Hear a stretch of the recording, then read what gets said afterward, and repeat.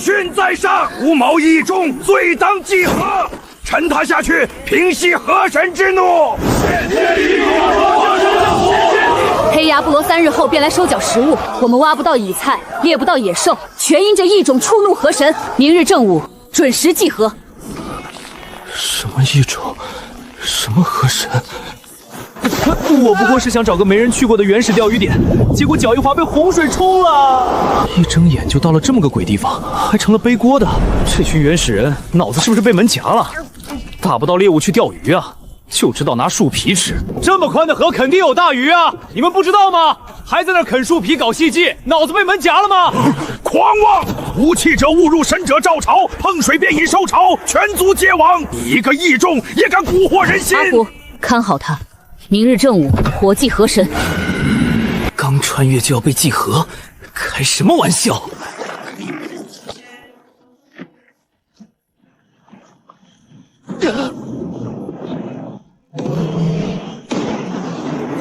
千年风静，河底沉眠，异乡来客，命定成器。止水之力，破妄解厄，护此岸生民，去图腾之火。图腾共鸣。今夜虽是逃出来了，但无毛异种招来河神之怒的罪名还扣在头上，就永远是人人喊打的灾星。逃得了一时，逃不了一世。只有钓起河底的鱼，让族人亲眼看见这水里藏的是果腹的生路，不是索命的恶鬼，我才能真正在这兽石站稳脚跟，才算真正从祭刀底下捡回自己这条命。趁着这个好机会，正好去河边看看吧。谁在那儿？别喊，我不是坏人。无毛异种，你怎么逃出来了？我不会伤害你，能帮我个忙吗？首领说过，异种会带来诅咒，要尽快把你祭河才行。我没带来诅咒，我能让你们吃到河里的鱼，不用再啃树皮。不行，碰河会引来兽潮的。你见过兽潮吗？没见过，老巫说是祖上传下来的。那你想不想知道河里到底有没有神？我只要一根细竹，你帮我望着风，到时候我还能给你钓条最大的鱼。那你不能伤害部落的人。我保证，要是我骗人，就让我被兽潮吃掉。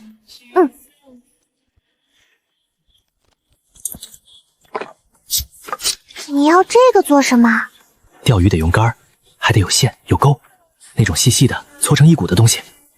我知道哪儿有，你跟我来。阿水姐，我看见一只兔子往那边跑了，很大一只。在哪儿？那边，往芦苇丛跑了。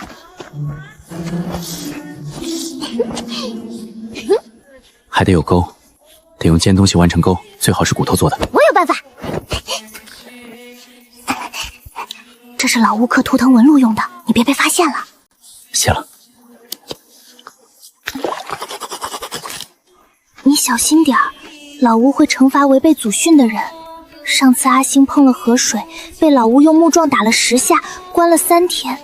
我知道了，你先回去吧，要是被人发现就麻烦了。你要是钓到大鱼，记得给我留一块。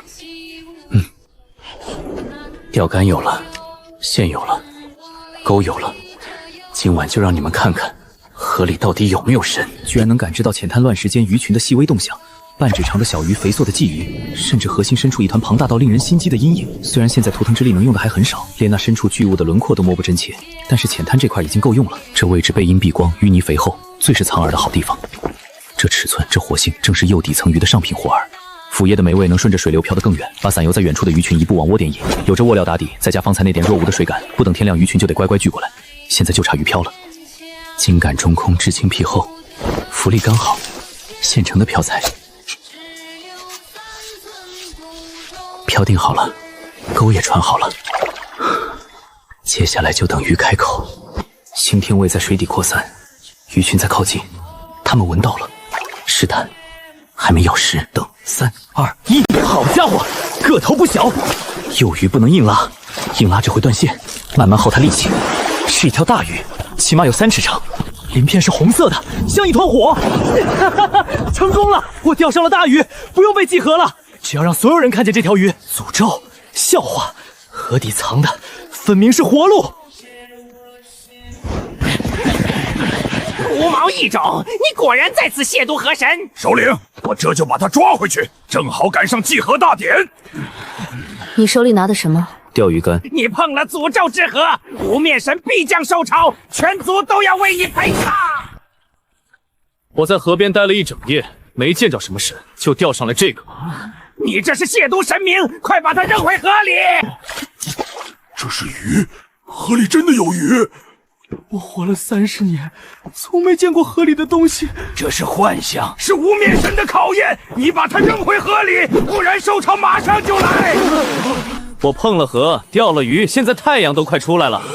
受潮呢？这鱼能吃？当然能吃，烤着吃，香得很。你敢？这是无面神的东西，吃了必遭天罚。我碰了河，钓了鱼，现在还活着，报应呢？你倒是让他来呀！你烤吧。首领，祖训不能破。他碰了河，没有受潮，这是事实。身上没带火石，生活只能靠最原始的法子了。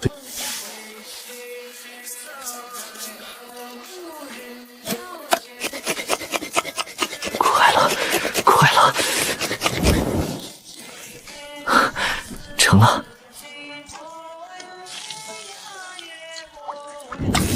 这味道够香，那些啃树皮的族人怕是要坐不住了。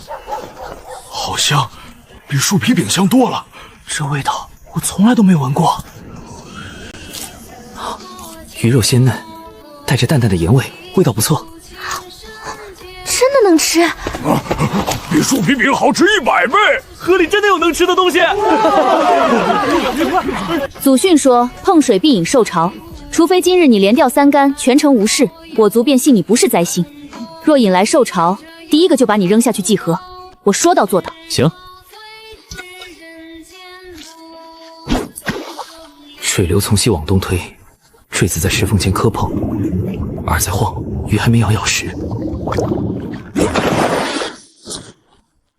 一条。昨天打隔夜窝的地方，鱼应该已经聚过来了。水下的东西不小。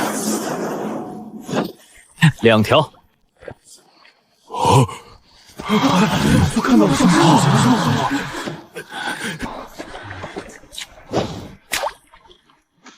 怎么没动静？不急，等它咬实。这次的东西比前2条都大。要不要帮忙？不用。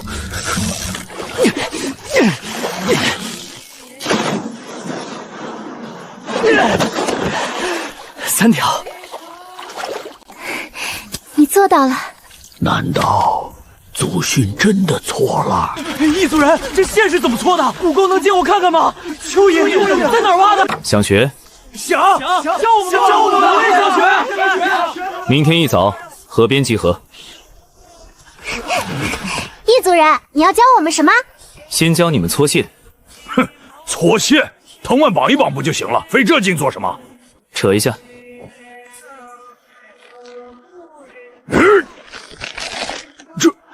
这线比受筋还结实。麻布撕成条，取单股纤维，3股交叉，左手搓正股，右手搓反股，合拢时松劲，让线自己绞紧。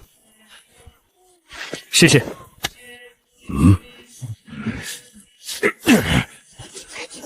左手稳住，右手不用那么用力，让线自己绞。可以了。我学会了。真比受筋还结实。手桥不分男女，谁学得快，谁就来教别人。接下来教你们磨骨钩，这玩意儿能勾住鱼，鱼一甩尾巴就脱了。你磨倒刺，这倒刺刺进去就拔不出来。选骨头要选硬的，肋骨最好。先磨出钩形，尖端要锋利，倒刺最关键，角度不能大也不能太小。试试。倒刺角度偏大，但已经能用，好多了，几乎与我磨得相差无几。以后余去的事，你负责教大家。可是我是女的。女的怎么了？手巧不分男女。合格线23根，合格钩17枚，够用了。今天就到这里，明天继续。异族人，明天教我们什么？教你们绑钩，线和钩是分开的，得绑在一起才能用。我会认真学。你不怕这诅咒之河了？怕，但你说河里只有鱼，没有神，你信？我饿了3年，树皮饼吃不饱，野果不够分，每年冬天都有人饿死。既然河里有鱼能吃，我想学。留着，明天用。部落的存粮还能撑多久？你问我？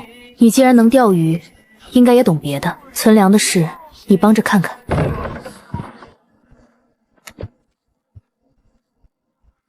3天，省着吃最多3天。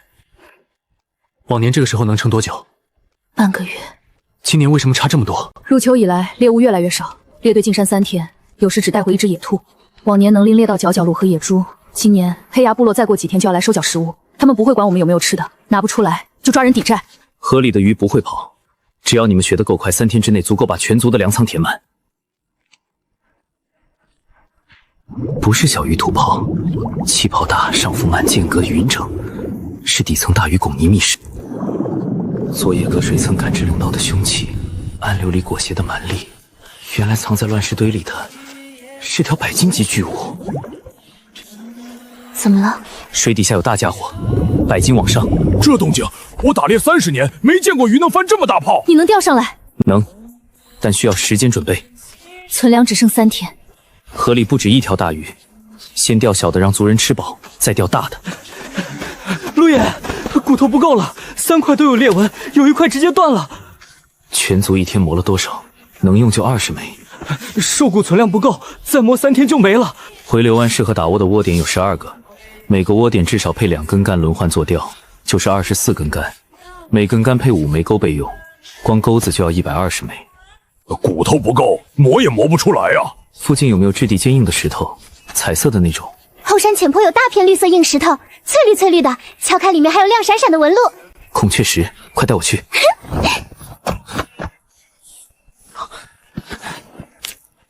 断面翠绿，表面有细密结晶纹路，质地比兽骨硬多，这储量足够全族用几年。这石头能磨钩子？太硬了，根本磨不动啊！不磨，直接炼。炼？用火炼出铜水，倒进模具，一次成型，1天能出数百枚钩子，硬度是骨钩3倍，钩尖不易磨损。你懂炼铜？懂。陆爷，这些够不够？够了。首领，老吴在晕倒了。怎么回事？刚才还好好的，突然就倒下去了，嘴里念叨着什么字。你来了。这是西域部1000年传承的水神古卷，你若是应命之人，自能看懂。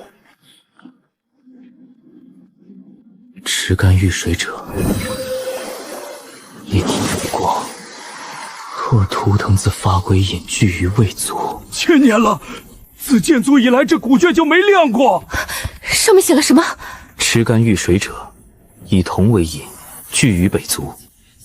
这个字是铜，就是我在后山找到的绿色矿石。炼铜的事得尽快动手，全族等不起。人手怎么分？阿虎，你带5个壮丁，负责筑炉、采矿、烧炭。炉址选在那儿，地势比河面高2丈，背风，离矿脉近。交给我。是呀，你带8个有捕猎经验的，组成钓鱼队，回流湾6处窝点，分2班轮钓，昼夜不停。窝料配方记好了，河泥拌蚯蚓碎、腐叶渣，2个时辰补1次窝。记住了。阿青，你带3个手巧的女子，搓线、制风囊、刻石范，3类细活全归你。风囊是什么？炼铜用的古技囊，等会儿画图样给你。啊！全族存粮、兽皮、木材、石料，统一由你调配。筑炉用啥材料？河湾深处的青胶泥混石英碎石、草木灰。跟我来。炉基挖3尺深，分3层填碎石夯实，底层拳头大石块，中层碎石子，最上面细砾石。每填半尺夯1次，踩上去纹丝不动才算合格。可以了，去河漫滩采扁品花岗岩，垒炉身外框。炉身不能直捅，下宽上窄，像收口的兽皮带，才能把热流兜住，不然一半火气都从顶上跑了，化不了矿石。底部宽6尺，收口处收4尺，炉口留2尺宽就行。嘿，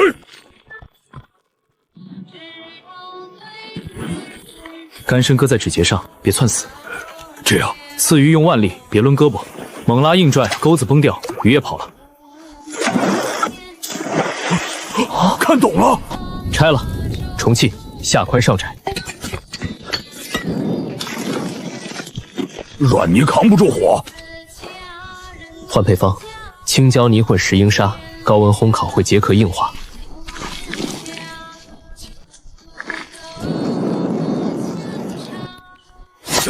这玩意儿比石头还硬。耐火泥烧久了会釉化，越烧越硬。哈哈哈哈！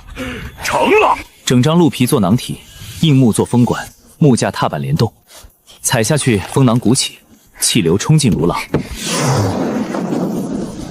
量是手动山峰的3倍。这炉子能行了。老吴在有点火，投矿粉，加稀释粉10比1，开炉。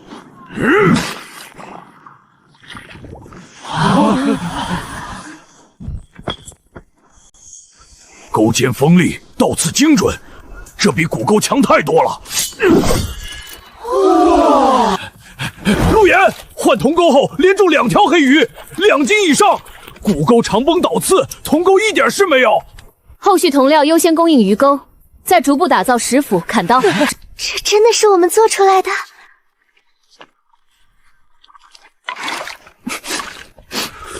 3年了，头一喝上热鱼汤。陆岩，谢谢。抢险！阿虎带人加固围廊，打木桩填胶泥；石崖带人转移老弱和存粮，到后山高地。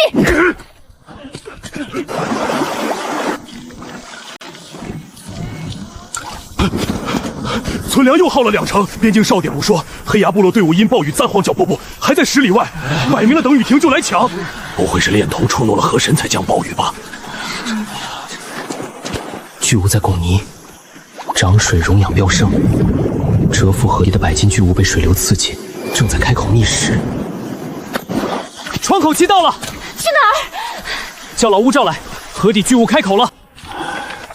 水涨受冻，直干者镇之。和陆远巨物此时说的一样。食欲旺盛，警惕性最低，钓上来100斤鱼肉直接解断粮尾肌，钓不上来，他被急流冲到浅滩，冲溃围挡，伤及族人。黑崖部落还在10里外，雨停之前他们不会动，巨物开口的窗口期错过就没了。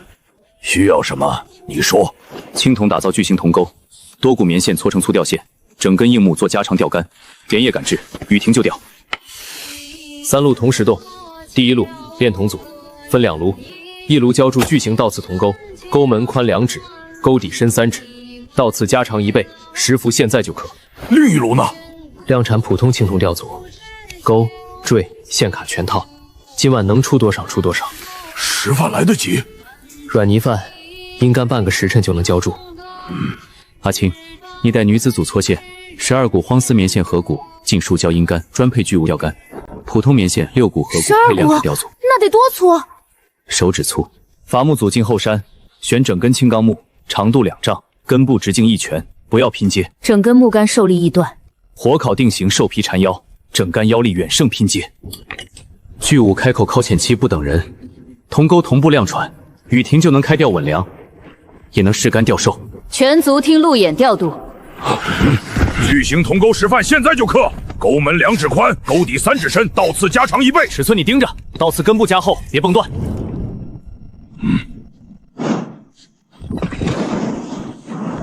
第1炉铜水先灌巨钩，撕成细纤维，3股交叉拧成单股，12根单股在合骨搓成手指粗的粗线。树胶浆端过来。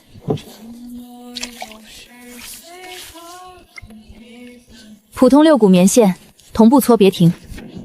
这颗2丈长，根部1拳粗。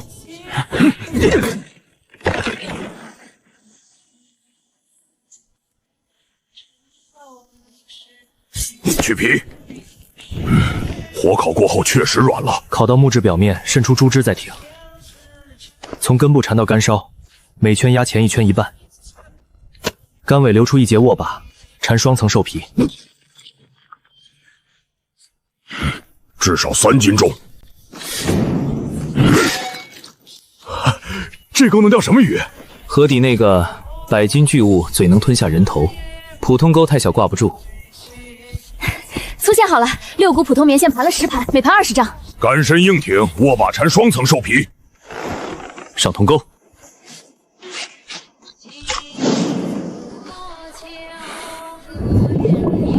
巨物还在，12处窝点同步不干。石崖，你带钓鱼队分6组，每组守2处窝点。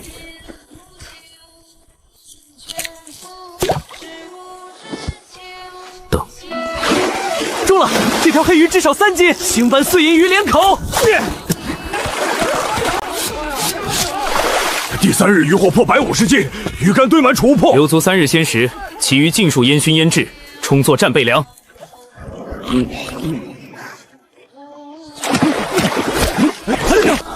他碰了河水，他们竟敢碰诅咒之河！那些鱼够他们吃多久？至少半月。撤！啊！陷阱！按住！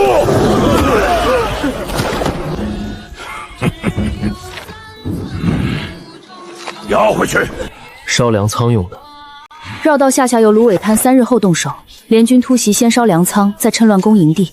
3路合围，蛇锋等雨丁等的是这个。你们不敬河神，迟早。河里只有鱼没有神，你们守着祖训饿肚子，就别来管别人的活路。当先御敌，还是先钓巨物？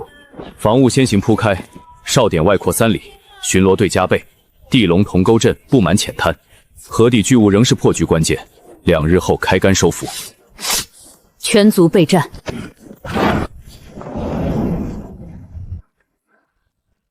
水下巨物还在。 2日后，我亲手把它钓上来。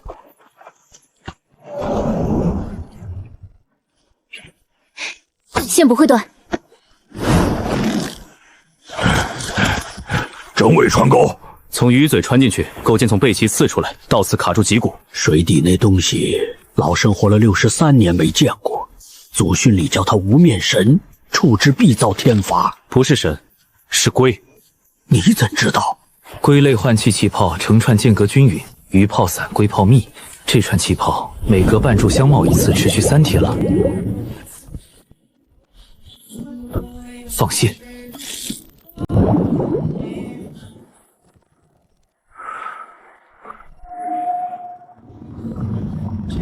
来了！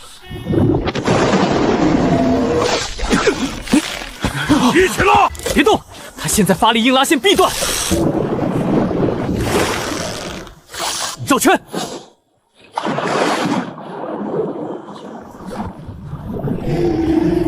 他累了。早着，龟类耐力是鱼类10倍，现在消耗了他3成体力。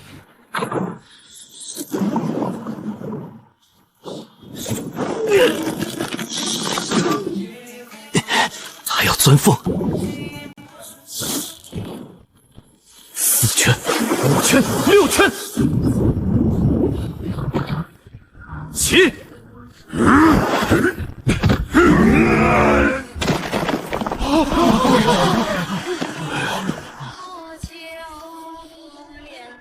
这是腹甲上的纹路，跟祭台图腾石柱一模一样。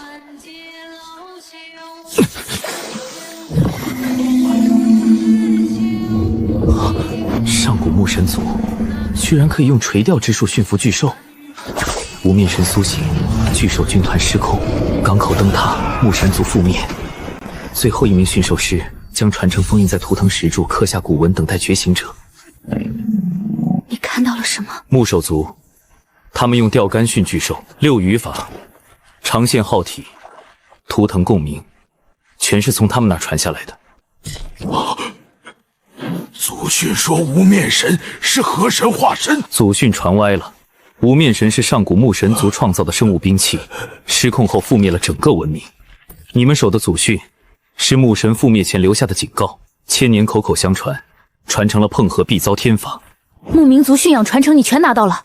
基础部分：御水术、驯兽诀、巨兽饲养法。高阶的比我需要更多图腾石柱解锁。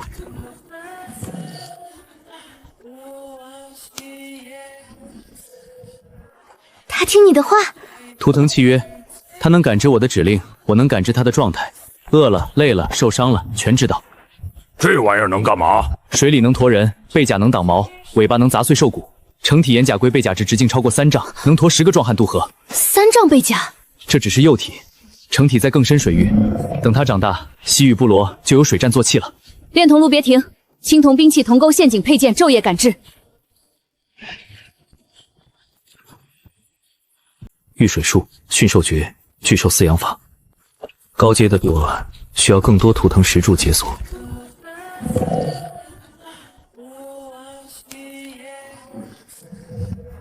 他听你的话。图腾契约，他能感知我的指令，我能感知他的状态，饿了、累了、受伤了，全知道。这玩意儿能干嘛？水里能驮人，背甲能挡毛，尾巴能砸碎兽骨。成体岩甲龟背甲值直径超过3丈，能驮10个壮汉渡河。3丈背甲？这只是幼体，成体在更深水域，等它长大，西域部落就有水战坐骑了。炼铜炉别停，青铜兵器、铜钩、陷阱配件昼夜赶制。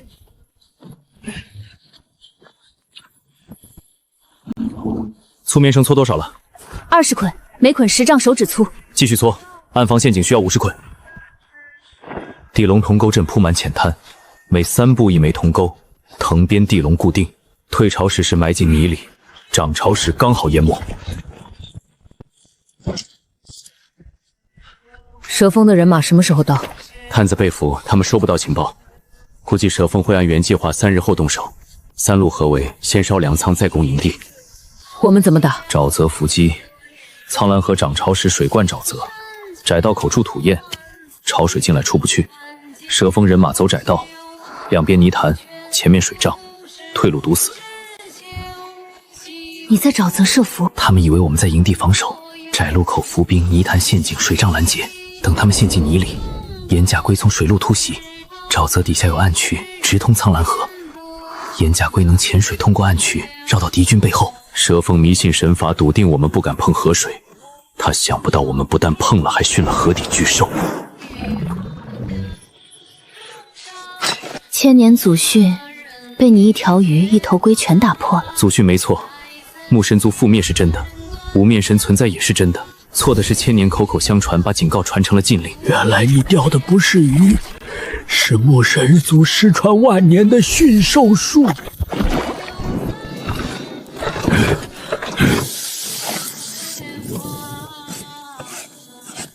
7成铜，2成锡，1成铅，铸矛头刚好。矛头要多少？50枚。猎手队人手1支青铜矛。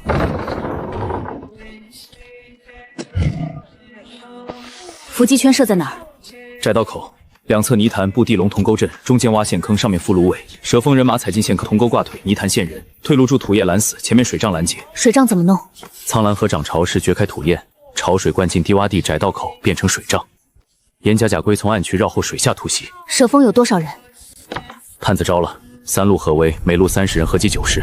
我们猎手队40人，加上陷阱、水障，岩甲龟突袭能打。伤亡？陷阱先消耗一半，水障困住另一半。猎手队只负责收割，岩甲龟从背后杀出，他们阵脚必乱。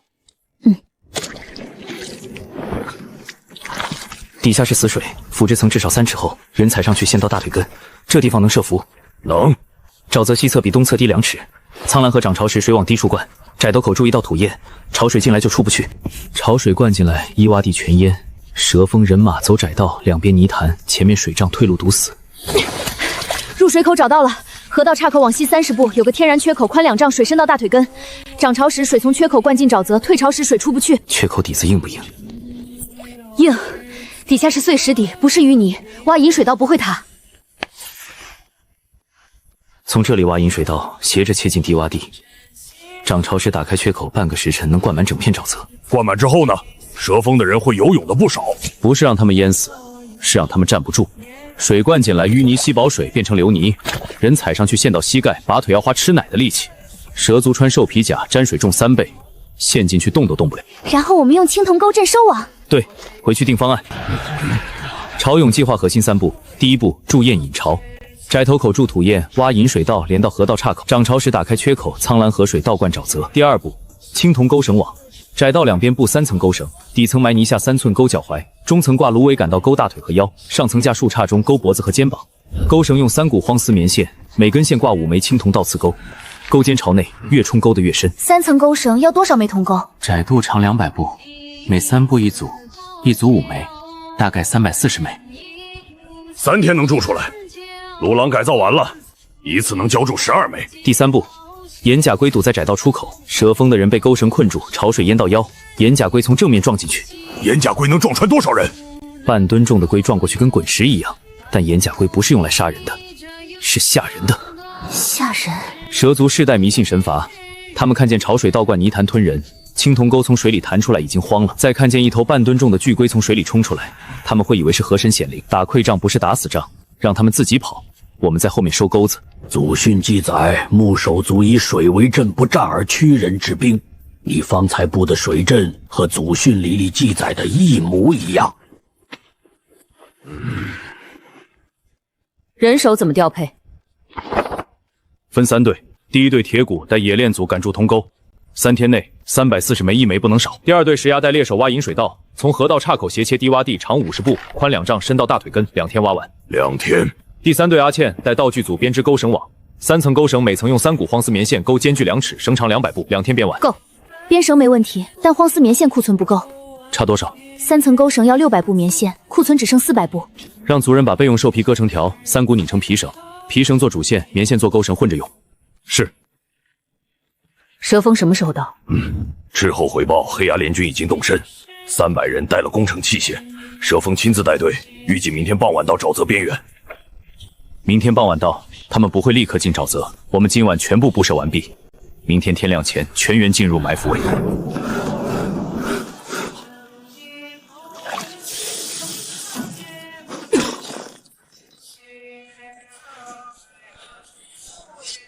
下一炉。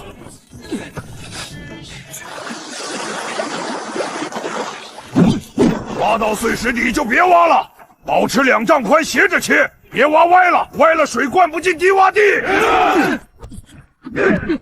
每5枚钩子1组，组间距3步，绑完1组拿过来检查，钩尖角度不对的重绑。阿七姐，这钩子真能勾住蛇族？废话，上次沼泽陷阱5枚钩子牵进探子手脚，疼得他嗷嗷叫。这次3层钩绳，踩进去就成刺猬。哎，这里埋底层钩绳，泥下3寸，钩尖朝上，上面盖薄泥，踩上去就触发。引水道挖通了，水已经开始往低洼地灌。灌速多少？半个时辰涨了半尺，照这个速度，明天天亮能淹到膝盖。不够，膝盖深只能困住步兵，困不住蛇锋精锐，至少要淹到大腿根。把缺口拓宽1尺，涨潮时进水量增加3成，天亮前能淹到大腿。毛尖30枚，斧刃20把，全部淬过水，硬度比纯铜高3成。换装，石矛头全部换下来，套上铜尖。这玩意儿捅蛇族1捅1个窟窿。石矛头捅兽皮甲有时候会碎，铜矛尖不会。陆岩说这叫战力上台阶。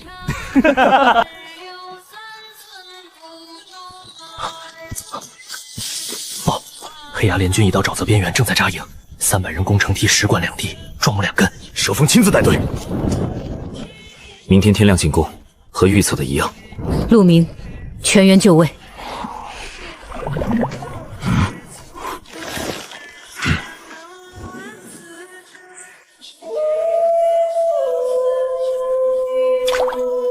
听我招号，潮水灌满窄道前，谁都不许动。西域部族就在这片沼泽后面，他们以为诅咒之河能挡住我们，但雨停了，河水退了，没什么能挡住我们了。3路同时进，左路绕东侧高地，右路沿河岸摸进中路，走窄路直穿沼泽。中路到了就放火烧粮仓，粮仓一烧，西域部族不攻自破。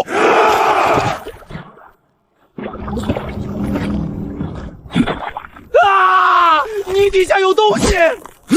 不要停，踩过去！天上也有钩子！西域部落，开眼！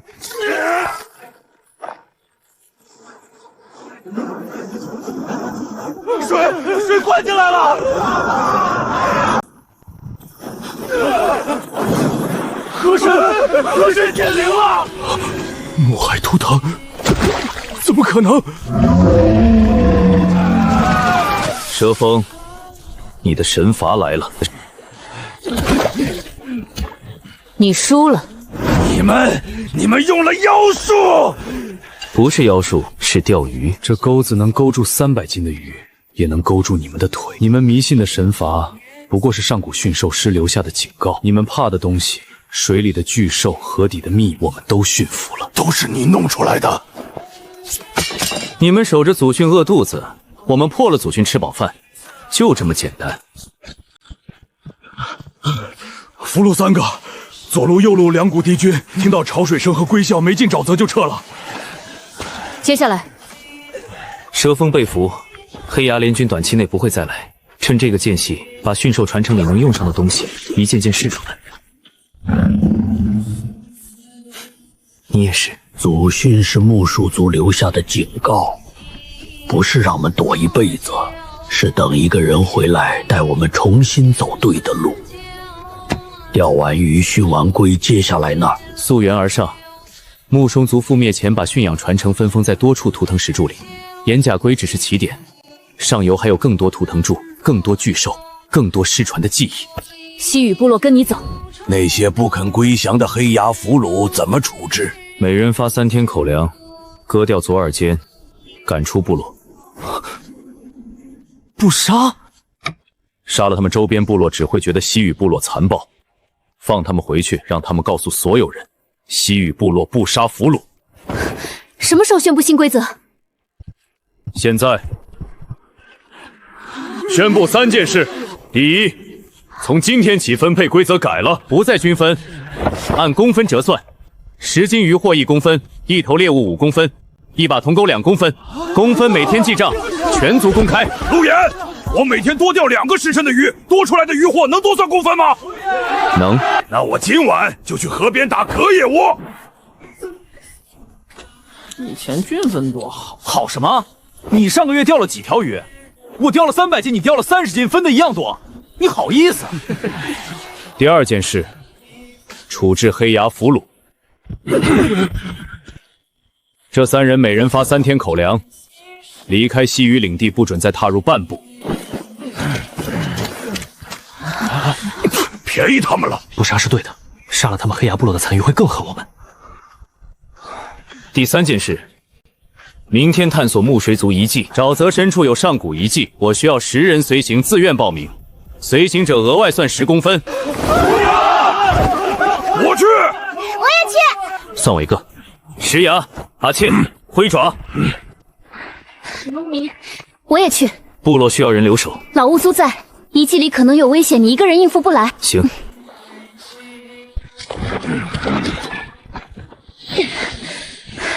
医疗队到了，受伤族人全部得到救治。几人受伤？3人轻伤，都是钩绳反弹擦伤，服了草药。俘虏呢？重伤的12人，刀伤、钩伤、溺水，医疗队正在处理。优先救治重伤俘虏。他们活着比死了有用。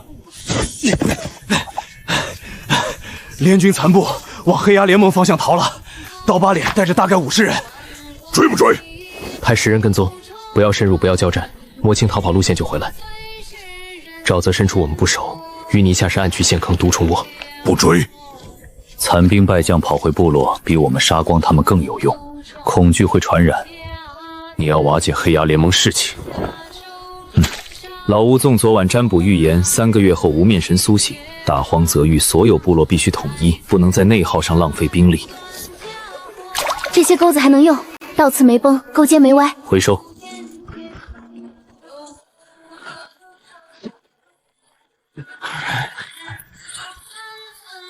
粮食够全族吃3个月，干肉、鱼干、粟米，还有青铜兵器200余件。分出2成粮食，分给谁？周边小部落，长耳、灰耳、短角，这3个部落被黑牙联盟压榨多年，给他们粮食，他们会站到我们身边。粮食是族人拿命换的，分出去2成换3个盟友。3个月后无面神复醒，我们需要所有能战斗的人。你是水之言者，你说了算。从蛇峰尸体上搜出来的，黑崖联盟所有据点布防图。铜矿矿脉位置，黑崖联盟的青铜兵器全是从这条矿脉挖的矿石。我们占了矿脉。先不急，黑崖联盟主力还在，等他们彻底瓦解，再接手矿脉。那个领头的问什么都不开口。你的布防图，3个据点，200兵力，2个盟友部落，核实一下。假的，全假。蛇峰画的假图骗你们这种蠢子。图是真的，我帮刀疤脸磨过墨，图是他照着前首领留的皮卷描的。后山矿洞还有多少人？40个，20个挖矿，20个守矿洞，矿洞里存了300斤铜锭。沼泽营地60人，30个猎手，30个副爪。备用粮仓空的。前首领死之前把粮食全调去兵员了，说是给援军备的。闭嘴！再敢多说一个字！你左脸3道爪痕，黑崖联盟规矩，前首领亲族才有资格刻3爪。你是他侄儿，前爪领死前传信去兵员，7枚狼牙，黑崖信使的信物，你亲自取的。3个月，兵员狼族本部收到信了，3个月内援军必到，500兵员猎手每人配青铜刀，穿犀牛皮甲。冰原狼族本部和无面神苏醒的时间一样，不是巧合。冰原那边也在等无面神苏醒。是木山族凿的水道，里面岔路多，所有人跟进岩甲龟，不许落单。连绳系腰上，连成串，别松手。这岩壁修得好平整，真是上古时候挖的。木手族的运兽水道，当年引河水运送幼年巨兽进出驯兽场的。这么大的工程得耗费多少人力？潜水过去，水下泥沙多，视线差，跟着岩甲龟方向走，别乱争。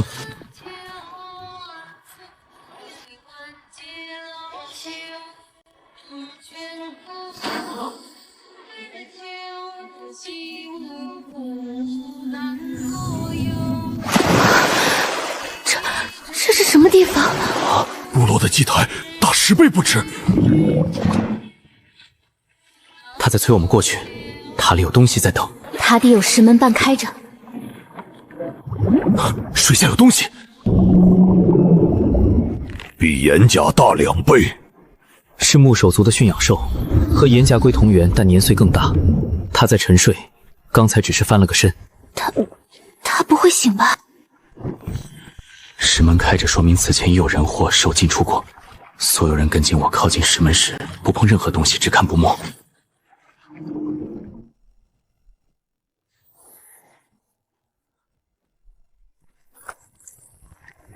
毒汁，沼泽毒汁，细胞血会放麻痹毒素，多了能让人瘫在水里。都往岩甲龟身边靠，掏草药包，把驱毒草汁揉出来，抹手脚。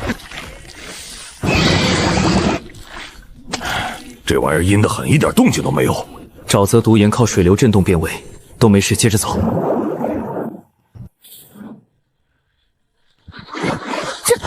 这是座城，沼泽下埋着一整座城。古卷里写古兽族内外2城，外城驯兽助气，内城议事祭神，这些都是兽狼。这么粗的石栏，得驯多大的巨兽？驯兽沟，巨沟配长线6兽泄力，辅以图腾共鸣定契约，和我们收服岩甲龟的法子一脉相承。有东西过来了，不止一条，在水里。变异水蛇！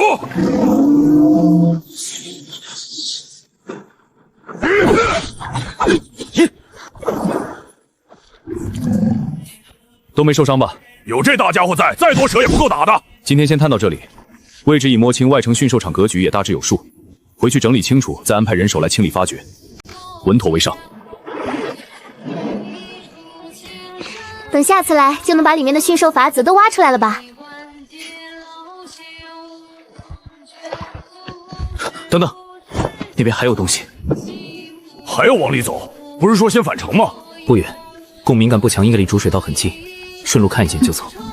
铸炼坊，古卷里提过木楼族的铸炼坊，专造驯兽器具与兵刃。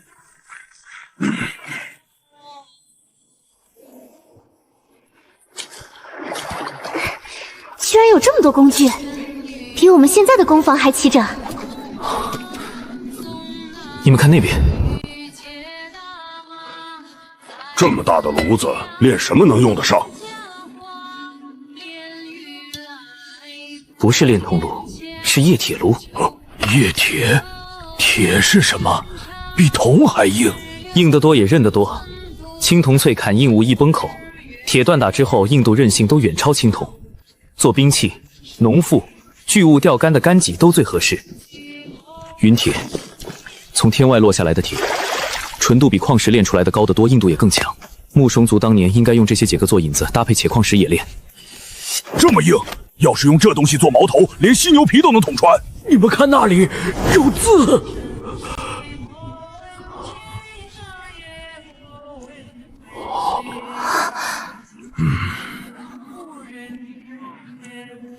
是液铁的拳法。木手族把铸炉小子刻在墙上了，连图样都有。有了这图纸，就能照着剑炉子炼铁了。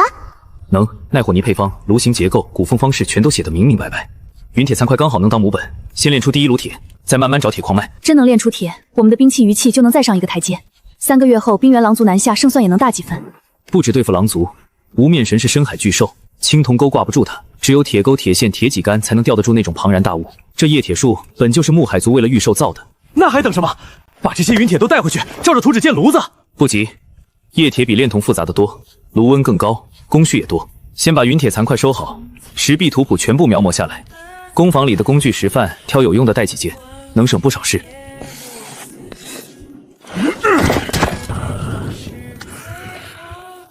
走吧，回去就启动炼铁计划。等炼出铁，我要第一个做铁钩，比铜钩好用10倍。我做铁矛头。冰原狼族来了，1毛1个窟窿。回去之后，炼铜炉先停一部分，全力建液铁炉。不，铜钩铜器还要继续产，日常够用。液铁炉单独建，选址还在西坡高地，离铜矿近，也方便调探。第一批先建一座小炉试烧，用运铁引炉，成了再扩产。从今天起，西域部落要从青铜时代跨进铁器时代了。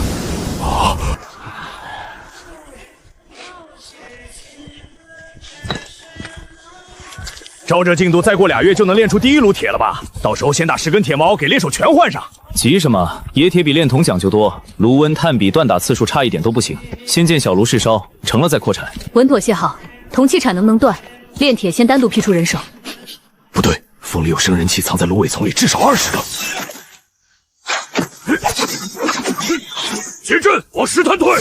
靠岩壁战，别给他们绕后的光后。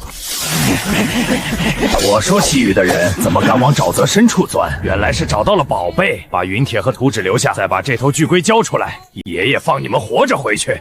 哼，就凭你们！别急，跟他们耗着，等岩甲龟绕到后面，前后夹击。蛇峰都被我们打跑了，就凭你们这20来名残兵败将也敢拦路？上次沼泽里没把你们喂鱼，这会儿自己送上门了。少废话，给我冲！抢了东西回去领赏。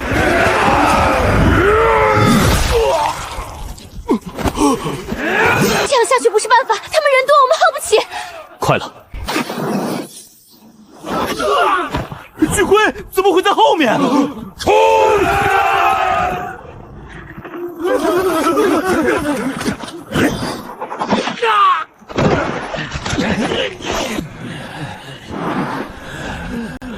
算你们狠！冰原的援军马上就到，你们得意不了几天。后山矿洞现在是谁守着？说不说？不说把你扔去沼泽里喂毒猪。矿洞还有30个人守着，一半矿工一半弟兄。头领死了之后，大伙儿就守着矿洞过日子，没粮了才出来抢。矿洞里有多少存铜？300多斤铜锭，还有半洞矿石。矿脉往山里还能挖，地下的矿层更富。正好，本来明天也要接手矿洞，既然撞上了，索性今天一并收了。你带路，敢耍花样，第一个把你扔矿洞里喂老鼠。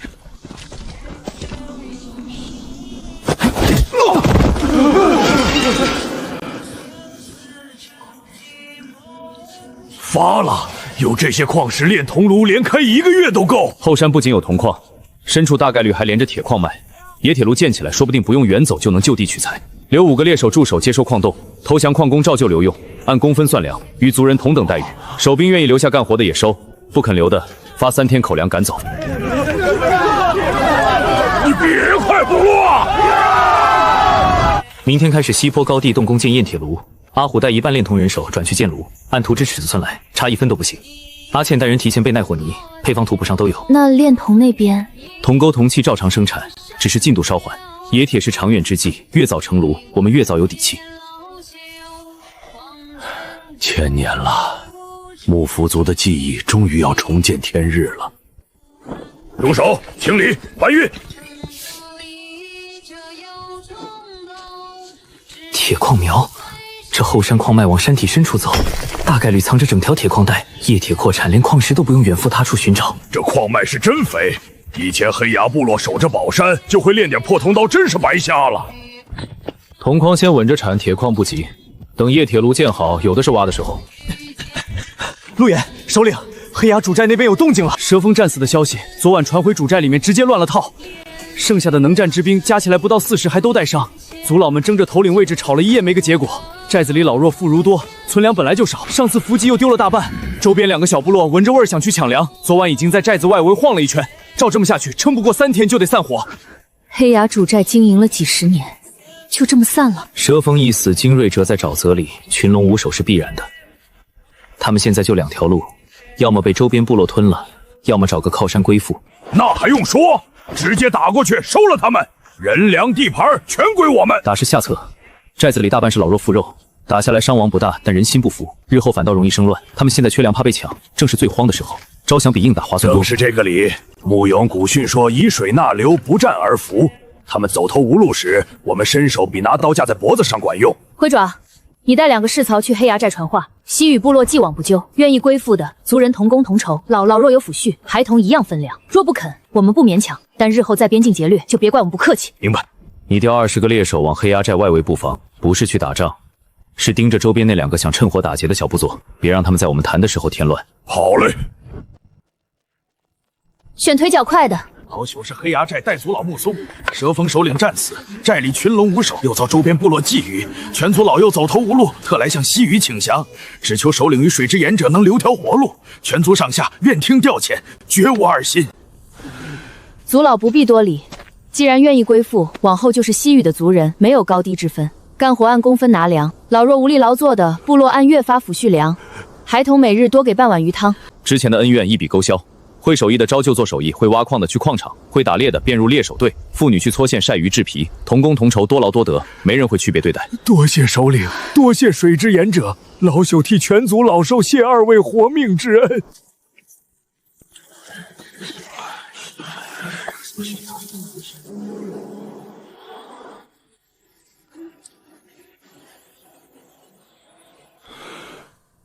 粮不够是头等事。先调一批鱼竿和粟米过来赈灾，稳住人心。明天开始，青壮一半去矿场，一半去开垦旱田种粟米。鱼队也加派人手，先把口粮缺口补上。工坊也要扩，多了这么多人，铜钩、工具、衣物都缺。制皮队、搓线队、冶炼房都得加人。按工分算，学手艺期间也发保底粮。人多了也好，液铁炉工期能提前。从明天起抽20个壮丁专门建炉，阿虎总负责，按图纸来，差1分都不朽。人心也得安。明日老朽去寨子里设个祭台，按西域规矩祭一次水神图腾，也让新归附的族人认认图腾，心里踏实。